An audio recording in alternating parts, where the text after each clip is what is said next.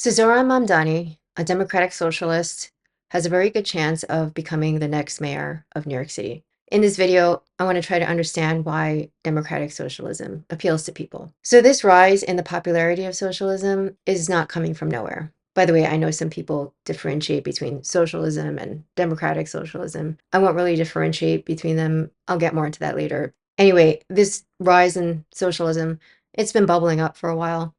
Back in 2016, when Bernie Sanders was running for the Democratic Party nomination, there was a lot of energy behind him. He might have become president then if the DNC hadn't squashed him.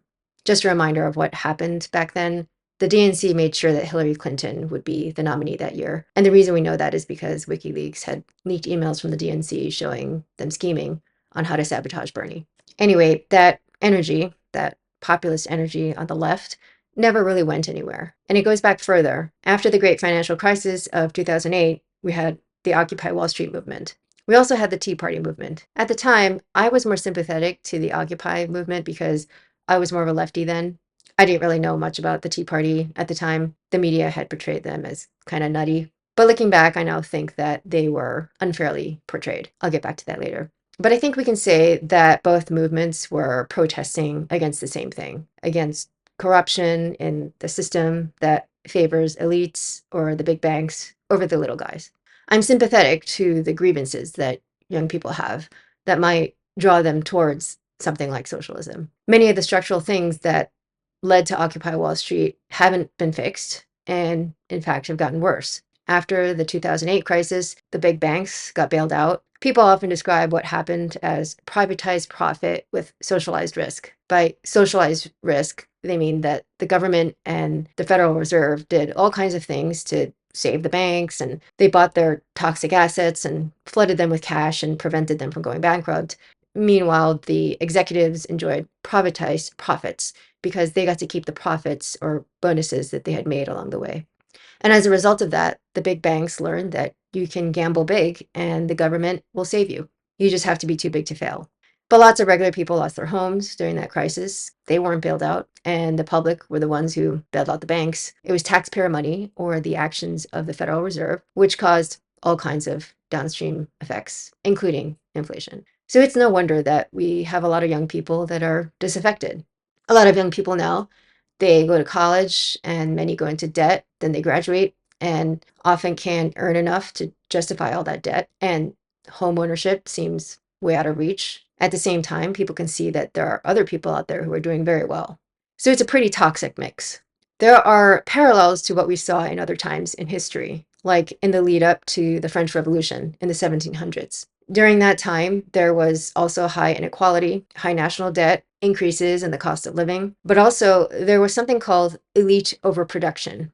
This is something that the historian Peter Turchin has talked about in his book, End Times.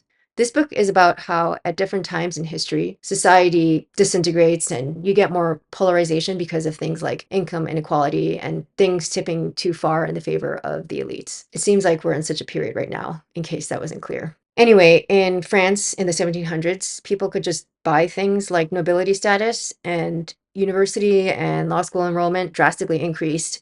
This kind of thing led to a higher number of people who were in a certain credentialed class, certain elite status, but without real power or monetary gains. So it's kind of like the phenomenon we have today where we've seen a drastic increase in people who have college or graduate degrees. And this leads to disappointment because having these credentials used to be rare. In the past, having a PhD meant that you had a reasonable shot at getting a job as a tenured professor. Now it's not nearly enough, and there are many more PhDs than there are academic positions. We've been overproducing STEM degrees as well. So this is not just a problem in the humanities. So this is a formula for trouble. Peter Turchin says that when you look back at history, these types of people are like tinder for societal fires. From his book End Times, history tells us that the credentialed precariat is the most dangerous class for societal stability. Overproduction of youth with advanced degrees has been the most significant factor in driving societal upheavals, from the revolutions of 1848 to the Arab Spring of 2011. So these people, they're people who are educated but not as successful as they'd like to be. It's not necessarily that they're the least well off in the society, but they've experienced a large gap between where they thought they'd be and where they ended up. And this creates a recipe for discontent. Currently, it seems like these are the types of people who have been most attracted to democratic socialism today. The urban college educated people, the ones who thought that they'd be doing better than how they ended up, because college degrees don't mean what they used to. We have an inflation in credentials. And speaking of colleges, another reason why we might be seeing a rise in socialism is not only because more people are going to university, but these universities are overwhelmingly biased towards the left. Some people would go so far as to call them leftist indoctrination camps. Over 60% of professors identify as liberal, per the Chronicle's faculty survey. The political registration of full-time PhD holding professors in top-tier liberal arts colleges is overwhelmingly Democratic. Faculty political diversity at Yale. Democrats outnumber Republicans 28-1. You even see this in STEM fields. Democrats outnumber Republican professors 4-1 in math, engineering departments. I mean, I didn't need the media to tell me this. I saw this with my own eyes when I myself went to university. So not only do we have a lot of disaffected youth getting degrees that aren't worth as much as before, but also the universities often don't teach things that are outside of a fairly narrow worldview. I mentioned the Tea Party before and how they'd been protesting against the same things as the Occupy Wall Street movement. Well, they had a very different idea than the leftists on what the solutions to our problems should be. And I will just say for myself that I was not exposed to the kinds of ideas that the Tea Party was promoting, like people like Ron Paul. I mean, I knew that there were people who promoted these views, or people you'd call libertarian, and I knew broadly speaking that they were calling for smaller government, but I had no idea why they thought that was a good idea. I didn't actually know what their arguments were. And I think it's fair to say that most people in college aren't exposed to those ideas. I never really heard arguments for why socialism or just too much government intervention in general could be a bad idea or could make things worse. I don't think we spent much time in my history classes on the times when socialism had failed.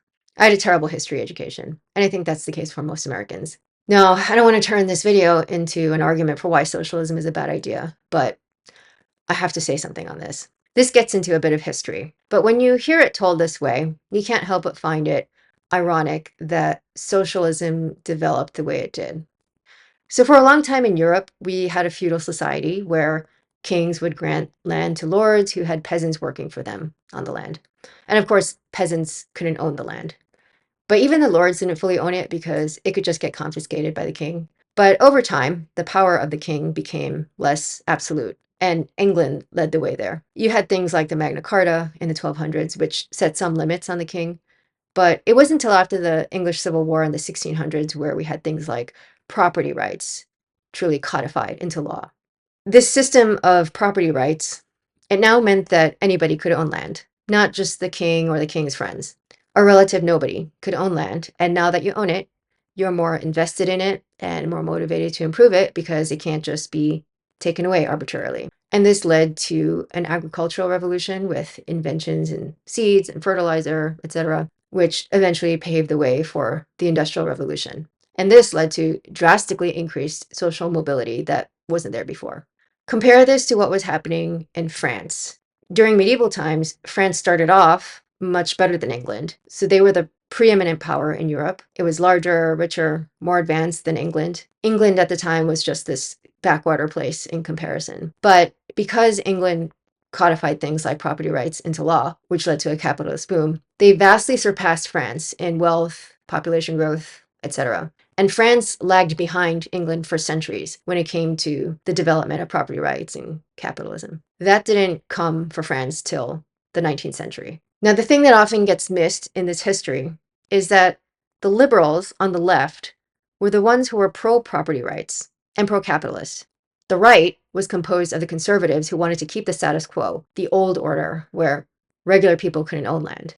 This gets discussed in Murray Rothbard's essay, Left, Right, and the Prospects for Liberty. Murray Rothbard was an American economist, and I'll keep talking about him in this video because he was so central to libertarianism in America. Anyway, here's how he described this period of time in Europe. Soon, there developed in Western Europe two great political ideologies centered around this new revolutionary phenomenon. The one was liberalism, the party of hope, of radicalism, of liberty, of the Industrial Revolution, of progress of humanity. The other was conservatism, the party of reaction, the party that led to restore the hierarchy, statism, theocracy, serfdom, and class exploitation of the old order. And here's where things get kind of ironic. On the left, this liberalism was replaced by socialism. So the left, who used to be pro-property rights, got replaced by socialists who no longer care about property rights, strictly speaking, because they advocate things like taking from some to redistribute to others. Rothbard actually describes socialism as a middle ground between liberalism and conservatism because, like liberalism, it had goals of freedom, mobility, progress, higher living standards for the masses, but it tried to achieve these ends by the use of conservative means, like central planning, statism, communitarianism. Communitarianism means rejecting market-led theories or concerns for individual rights in service of things like the common good. So, as Rothbard writes in his essay, socialism was, and still is, quote, middle of the road because it tries to achieve liberal ends by the use of conservative means. And the socialists inadvertently promote things that are antithetical to their goals, like growth of a powerful centralized state. And this doesn't just describe socialism, but what gets called progressivism as well, where the state can take from you or tax you what they want and then redistribute the money how they like.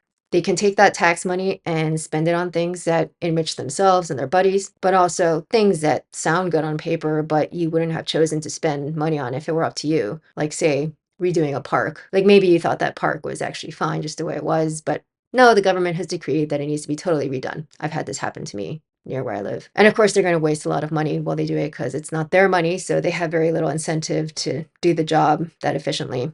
Or they can take your money to fund some CIA program that propagandizes people overseas to instigate a coup there, or they can use it to promote queer gender theory in schools or to promote right-wing stuff as well. It could go in either direction. But the point is, you don't get much choice in the matter. That's left up to bureaucrats in the government, most of whom you don't elect. Many of them are pretty much permanent fixtures in the government. They can't easily be fired. So this is why you hear some people say that taxation is theft. Anyway, to go back to the history, eventually, in comparison to the New Left or the socialists, the conservatives became less statist or more free market.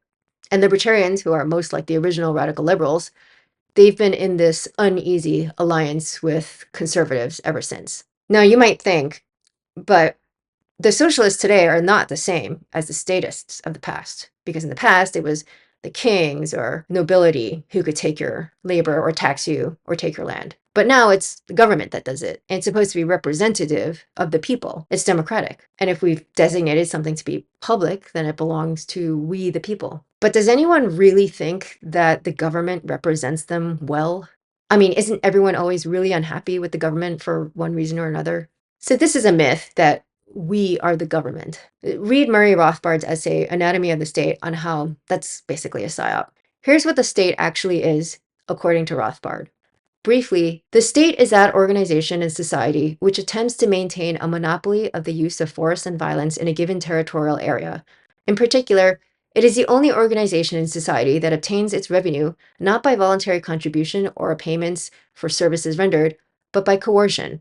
While other individuals or institutions obtain their income by production of goods and services and by the peaceful and voluntary sale of these goods and services to others, the state obtains its revenue by the use of compulsion, that is, by the use and the threat of the jailhouse and the bayonet. There are two ways of acquiring wealth. One is to produce something, like food or goods or services. But fundamentally, you use your mind and energy to take things around you, like say trees, and turn them into furniture, or use land to produce food, or use your time and energy to write code that makes software that people like. The other way that wealth gets acquired is to steal it.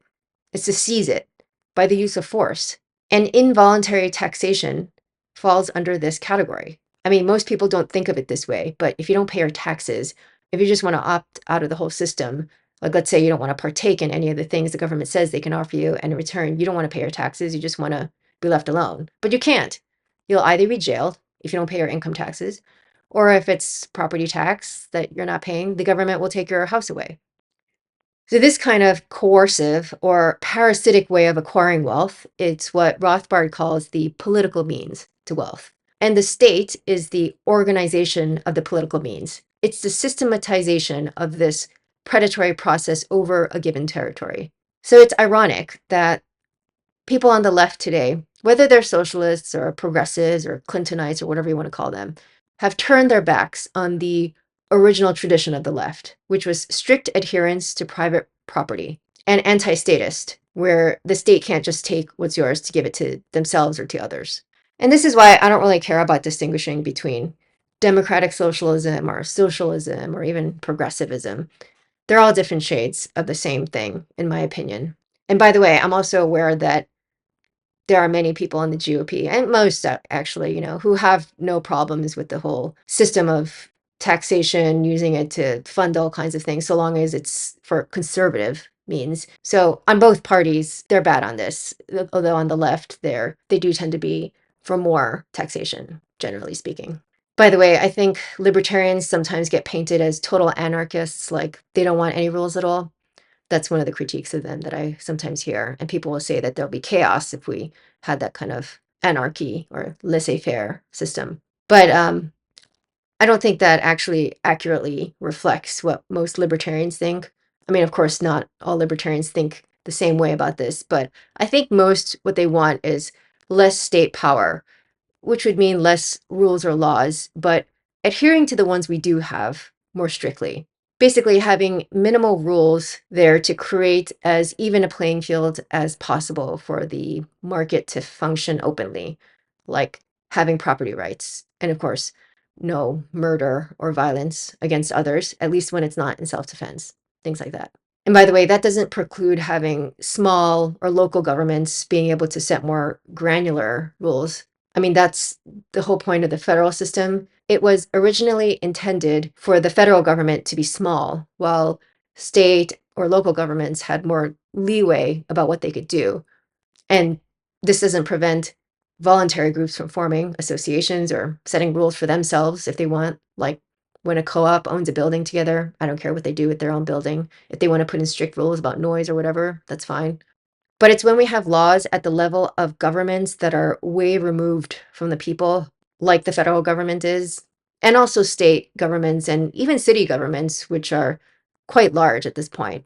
They're relatively removed from the citizens. And the more removed something is, the less I think they should be able to impose upon you. Anyway, on the left today, people will often say things like, housing is a human right, or healthcare is a human right. But if something requires someone else to work for you, it's not a human right. Then you're saying it's a human right to obtain someone else's labor or land for free, which is ludicrous. I agree that a place to live and healthcare is something that people need, but that's not the same as saying it's a right. Our Constitution codifies certain rights which were designed to protect individuals from the government, not things that the government must take from others to give to you. Now, when it comes to Mamdani, I don't want to spend a whole lot of time talking about some of the policies he wants, but I'll just say a few things. So he wants to raise the minimum wage to $30. The reason he wants to raise it to that is because he claims this is the minimum required to make a living wage in New York City. I don't know how he's calculating that, by the way. These things are not as easy to calculate as socialists think, because as soon as you calculate something and intervene in such a complex system like the economy, it changes in response. And this is one of the central arguments one can make against a lot of government interventions, that they'll lead to unintended consequences. But the bigger point is that minimum wage laws just hurt the people who are least employable, like people who have no experience or have a criminal record. So you'll just get more unemployment, especially among the more disadvantaged. All this will do is just reduce the set of options for both parties, the employers and the employees. Also notice what this is doing here. He's trying to fix a problem by trying to decrease their options. But taking away this option means that they might get an even worse option, which is no employment at all. The mere fact that people have been voluntarily deciding to work for wages that are below $30 so far tells you what they would prefer. It probably means that with their current skill set or criminal record or whatever, they can't make much more than that, at least at this time. By the way, I've noticed that most of the people who want to raise the minimum wage never talk about the effects of immigration on wages. Having more immigrants who can work here, either legally or illegally, suppresses wages. But on the left, they don't want to talk about that for some reason. Anyway, what this will do is accelerate automation. Think about it as an employer. Maybe currently there's a job you're paying people to do, some kid making minimum wage in New York City, which is currently $16.50. Maybe he's a cashier, but now if the minimum wage goes up enough, you think, well, at this point, it's worth it for me to just invest in self-checkout machines. And we're already seeing that in a lot of bigger stores. Either that or I have to raise my prices. Anyway, where I think we can all agree is that there's a problem when some people are making so little, or rather, it's not so much about how much they make, but how much they make in comparison to their costs. And right now, costs have kept going up. And I would argue that part of the reason they've kept going up is because of all these interventions that kept driving up the costs of doing business. I mean, government interventions just end up making things cost more. Suppose you start a business selling widgets and you sell it out of your garage. You've decided there's a price to sell them at where it's worth the labor that you put into it. But the government comes in and tells you, well, you need a license, or you need to go to this government agency and pay for this license. Also, you can't operate it out of a garage, or if you do, it needs to have like certain number of windows and exits, and also it needs to be insulated, and you need proper packaging for these widgets. Oh, and you need to figure out what your carbon emissions would be, so you should hire a consultant who can calculate that for you, which really just means they'll be using models, and after you calculate that, you display it on your packaging. Also, you have to pay your salesperson more money. What's this going to do? It now means you have more money you need to put in order to just sell the goddamn widgets. Here's another thing that Mamdani wants to do. He wants to freeze the rent, specifically. He says he's going to do this with the rent-stabilized apartments in the city. These are apartments that are already below market rate. But that's not enough. He wants to freeze those rents. But just like every other government intervention, this will have unintended consequences. So people who own buildings, landlords, they have costs like property taxes, insurance, maintenance of their buildings, also mortgages if they haven't paid it off yet. Now, let's say the rents for some of the units in the building are now frozen. Then the rents for the other units, the ones whose rents are open market, will just have to raise more to compensate. When property taxes go up or insurance goes up, that means this will now entirely get passed to the people who are paying open market rates. Rent stabilized units are hard to come by, but they'll become even harder to come by after this, because the difference between them and open market units will become even starker. And more generally, the more government messes with housing, the more expensive it gets. It'll just make the housing shortage worse, because you've now made it less attractive to want to build and maintain housing. You've lowered the incentive to own and maintain a building in New York City, so less people will decide to do it. Recently, Dave Smith, who's a podcaster and also a comedian, did a show on this subject called Communism is Garbage. It's like with the minimum wage debate. They always seem to go like, we need, the minimum wage is currently $12. We need $15 an hour. And then, like a few years later, all their spending bills have destroyed the currency. And then they go, we need $25 an hour. But no one ever gives you like, why not 30? Why am I not better than you if I say 30? And then someone could come along and say 35. Like, why not $100,000? So in other words, like, if this model works, if we can say the buses are free, that works. Well, why stop there? Why go with rent freezes? Why not lower rent? Right? Like, if you're already dictating that you can control the price of it, why stop there? Right? Like, it seems like you present it as if it's an obvious good for the government to do more of this. But I'm just asking the question, reductio absurdum, right? Why not go further? Why not pay people every time they get on the bus? Is there a problem? Are we starting to see an issue? Because again, why can't I just stand next to Mamdani and go, freezing rent and free buses is kind of nice, but I say eliminating rent and making everything free. It's all free. Is this sound economic policy? Does it sound like that to you? Like, before I even have to get into why that wouldn't work, don't you just as an adult go, yeah, okay, we can't do that. Like, that doesn't, and then, okay, so as soon as you accept that, go, oh, okay, well then might there be some costs to doing a little bit of it? Why is it that if there's a cost at a certain point, where is the limiting principle? Where is this sweet spot? How do you know exactly what this is? And maybe all of it's just damaging to the economy, because maybe you can't actually make things free. Look, you have this thing called the government, right? The government is a group of people who have a monopoly over the law.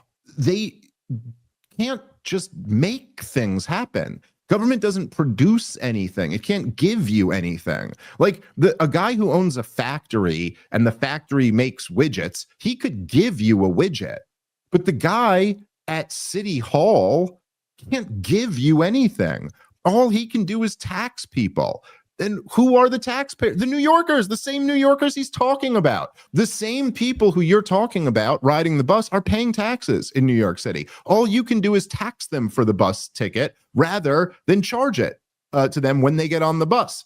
And by the way, what do you think is going to happen when all those buses are free? It's just going to mean you can't take them anymore because it's going to be homeless people all over them. Later on, he also talked about how socialist or progressive policies, they don't actually get to the root of problems, but just put band-aids on them and often make the problem worse in the long run.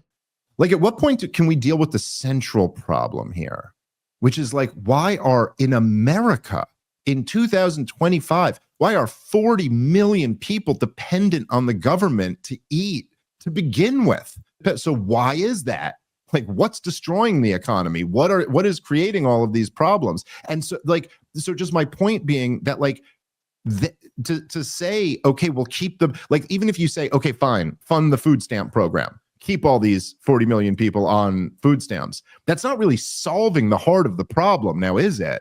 The heart of the problem is that they're in this position to begin with, and there never really seems to be any plan or even anyone even address that stuff. Like, like, again, it's like the debate over health insurance, but nobody's even talking about how we're the most unhealthy country in the world. When you're talking about childcare, I mean, what are we talking about here? Like, there are public schools. So what are you talking about? Kids start preschool at 3. What are we talking about? We're talking about the first 3 years of their life. We're talking about, his big plan is that the government will raise your baby for you, not your kid, your baby. That now, look, again, much like the food stamp thing, I'm not suggesting that, like, there isn't like a single working mom who's got 3 kids who has no other option than to put her kids in daycare right now. Like, okay, I understand that exists. But, like, at any point, are we going to talk about how, like, that's really not good?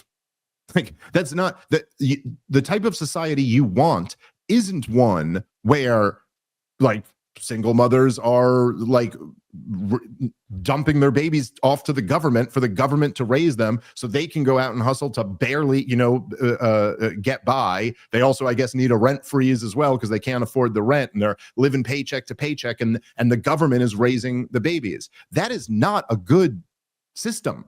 Anyway, I guess my point is that once you start to go to the root of the problem a little bit and go, hey, can't we all kind of agree that it's preferable that babies, 6-month-olds, aren't getting dumped in government daycare? Like, it'd be preferable if they were raised by their mother or their father or their grandmother or their aunt or their uncle or their like it would be preferable for a single mom to not be completely alone, to have a bit of a support system that maybe the government is never going to quite simulate as good as a family could be. Maybe she needs a little bit more than a government check or her rent freezed or free childcare. I think what she needs is, like, actual support.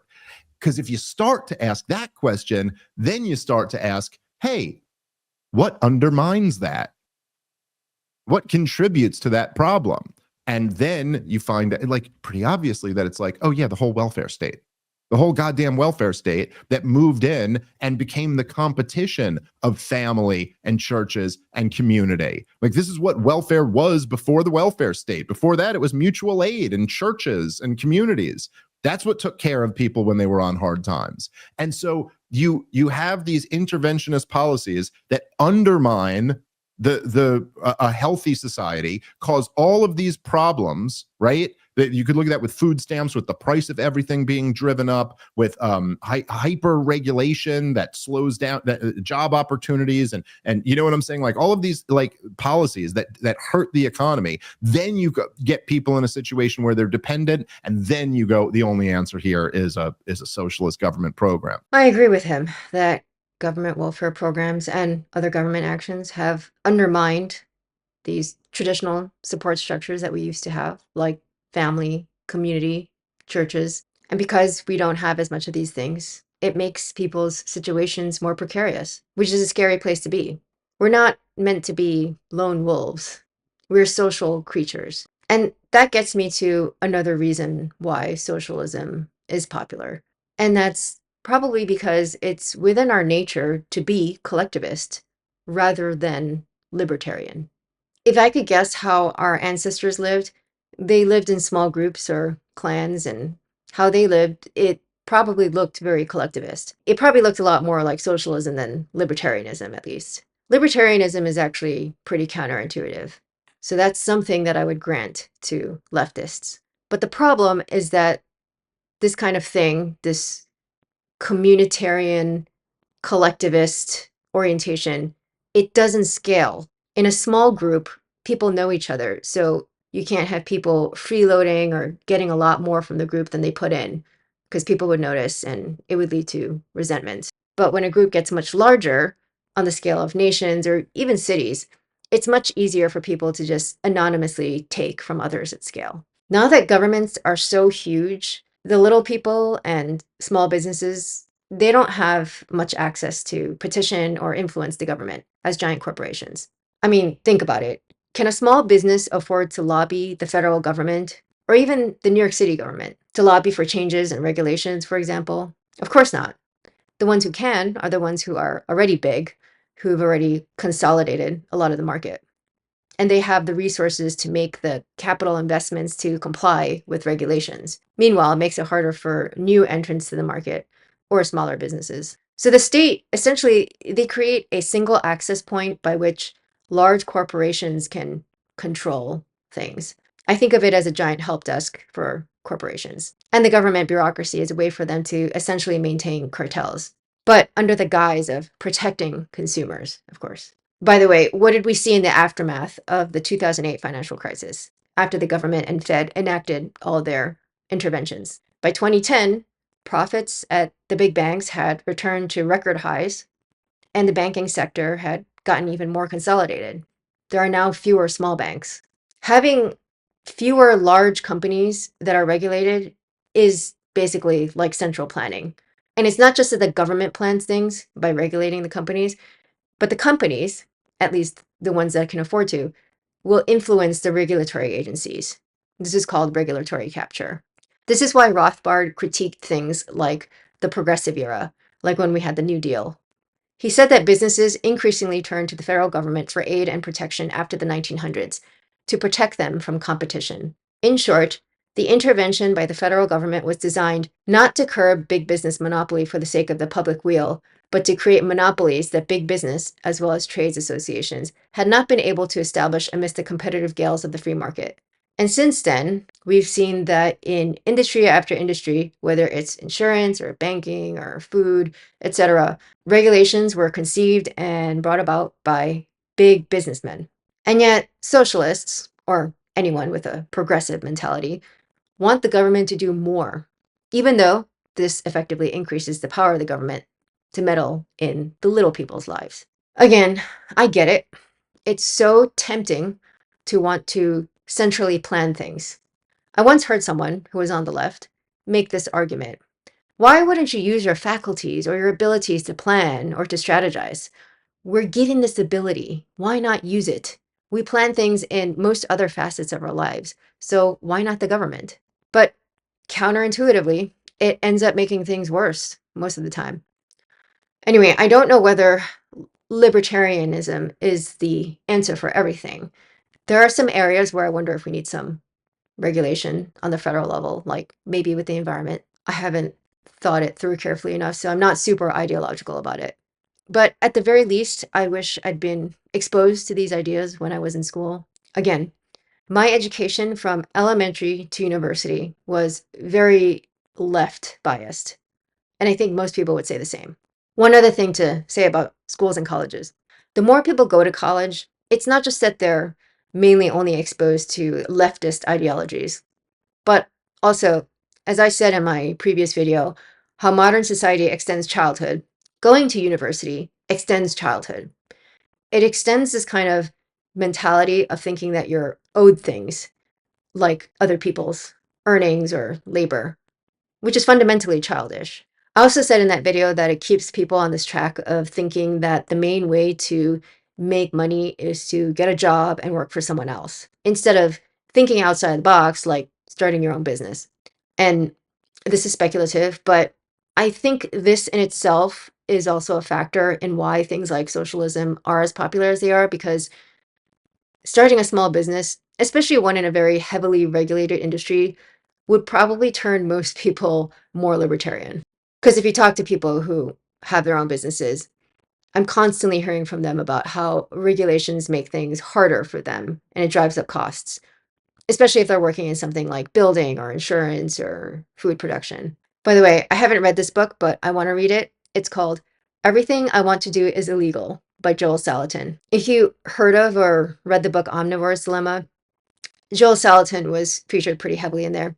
Salatin is a farmer that he believes in farming the land in an ecologically sound way, but not just because he cares about the environment, but in the long run, it'll be more productive. And in this book, he talks about how all the bureaucrats in our government have made it harder for farmers like him to thrive because all their regulations favor global corporations. Anyway, I could go on about the problems with not only socialism, but government interventions in general. But there are all kinds of resources that you can check out if you want to explore this more. I can't tell you what to think, but at the very least, I don't think you can consider yourself informed about these issues without at least knowing a bit about these more libertarian perspectives out there, which again, almost never seem to get covered in schools or universities.